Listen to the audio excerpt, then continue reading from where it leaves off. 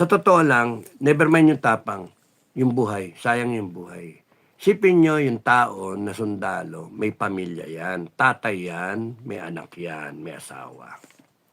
Then isusubo mo, andali, sabihin, trabaho nila yan, sinusweldo natin sila.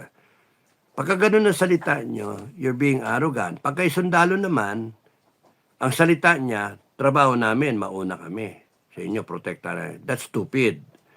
That's stupidity. Kasi you do not fight a war that you cannot win.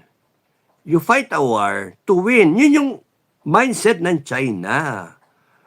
We will fight a war to win the war. Ngayon, they are in a position to win the war. We are in a position, nga. That's why we have to develop our armed forces. Hindi na ba sinasabing sumurrender tayo? Pwede namang mag-joint development.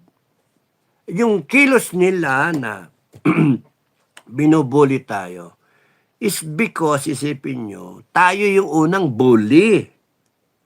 Sino ba unang nagpagawa ng isla dyan? Sino unang nagpagawa ng runway, aeroplano, runway, landingan, airstrip? Di ba tayo? Sino nag-reclaim? Tayo. Nung 1995, nagpapaalam sila, maggagawa sila ng structure doon sa Mischief Rim. Nakita ni Ramos, gumawa silang bunker.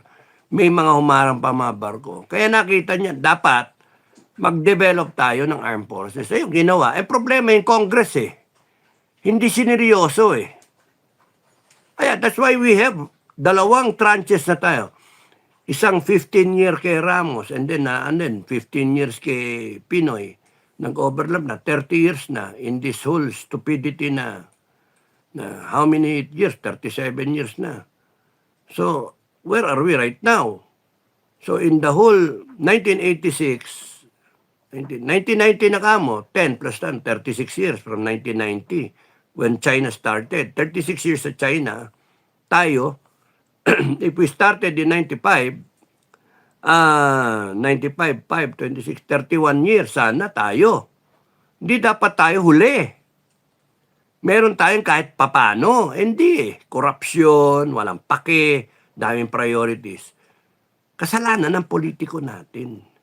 Not only yung nakaraan na Congress, hindi, nung panahon pa ni Ramos to. Kasalanan natin lahat. Pinabayaan natin. At tayo, tanga-tanga, hindi natin naintindihan nung what's happening. Yan. Pakialam ko ba dyan noon?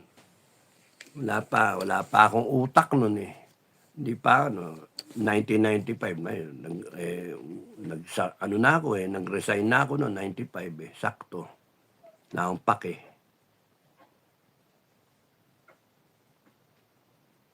Nalaman na merong langis dyan at gas. Nung panahon ni GMA, nag-joint survey, nakita may kinabukasan to. Yung NBN-ZTE deal, di ba? Karoon ng joint survey, nakita. Then, yun, nagkaroon sila ng interest. Na-estimate kung gaano kalaki. There's enough, I think, for everyone. There's enough for us. Pwede natin makuha dyan yung supply na kailangan natin. Pwede nating pakinabangan yan. Nakailang saling lahi na, di pa natin pinapakinabangan. Might as well, pakinabangan na natin. So that yung kikitain dyan, ma-develop natin yung resources na talagang tayo may hawak. O kaya yung mga isla natin na pwedeng gawing tourist attraction. 7,000 islands. Imagine, kahit tourist attraction yung kalahati niyan 3,500 islands, 4,000 islands, all tourist destinations. Bisitahin ng tig 1,000, 4 million tourists na kagad yun. Tama? And all you have to do is create the destination na bakit sila pupunta doon. Exploit mo yung island. Kung anong hinahabol doon. And alam mo yung audience mo, alam mo yung mga turista, ano yung hinahabol nila? Is it the surfing? Is it the diving? Is it the wildlife? Or is it the warmth of the people, etc., etc., whatever. There's always a tourist for every tourist spot. All you have to do is gawin eh. Saan mo kukuha ng pera? Doon. And kunyari, yung resources natin yun, na joint development mo, makakuha tayo ng sarili natin sa Benham Rice, sa Philippine Rice, o kaya dito sa Tawi-Tawi, o kaya doon sa Ligwasan Mars. Anong ganda. Daming ano.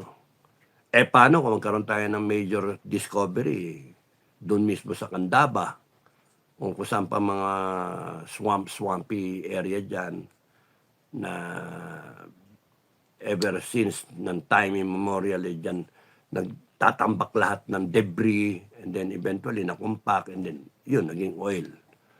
Man, hindi natin alam eh. So, stupid talaga eh natin. Li Chen, it's simple. He wants a war so he can declare a state of emergencies.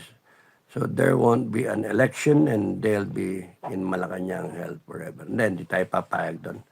Let's learn from what happened in Ukraine. Crushed. O, tama. O, hindi ko na mabasa iba. Lots of trolls. So, thank you. Kaya nga eh. Jack, they're all loud because it's not them and the regular Filipinos that will get killed. Not their fat asses self. Dennis Boy, there must be a miracle to end this evil that has happened in our town. Yun ang sa tingin ko, kakaroon ng divine intervention. Okay, so thank you. Thank you kay Dota Nim. Tama ba yan? Dot Anime. Tama. Dot Anime. Maraming salamat. Maraming salamat. Dot Anime 124. Maraming salamat. God bless. Maraming salamat. Maraming salamat.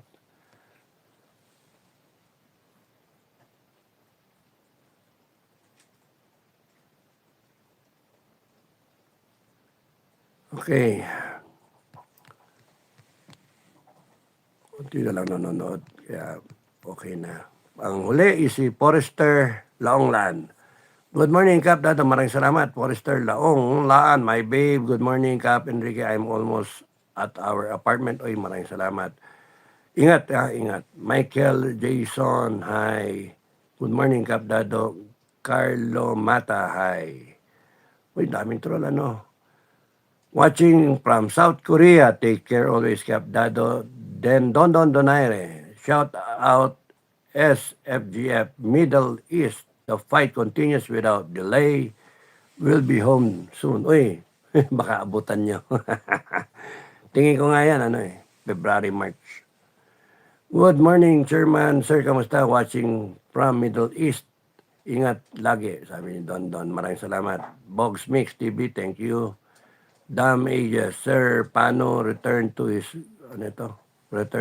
goat? Sir, paano return to his goat? Dam, hindi ko naintindihan eh. Cap Enrique can do it. You are right. True heart for our country and Filipinos, my babe. Thank you. Maxwell. A warm greeting to you, Dado, watching from Qatar. Maraming salamat. Ev Soriano, not to go on war but suggest diplomacy agreements. Tama.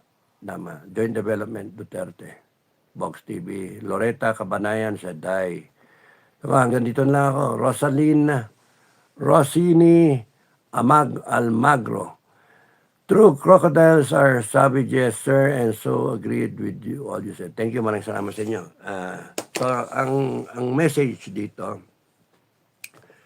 maraming magaling. Pros and cons, West Philippine Sea, territorial integrity, yung ano nila, may 9 dash line yung China, tayo, natin yung West Philippine Sea. Parehong mayabang, Pilipinas, China, walang kaso yun.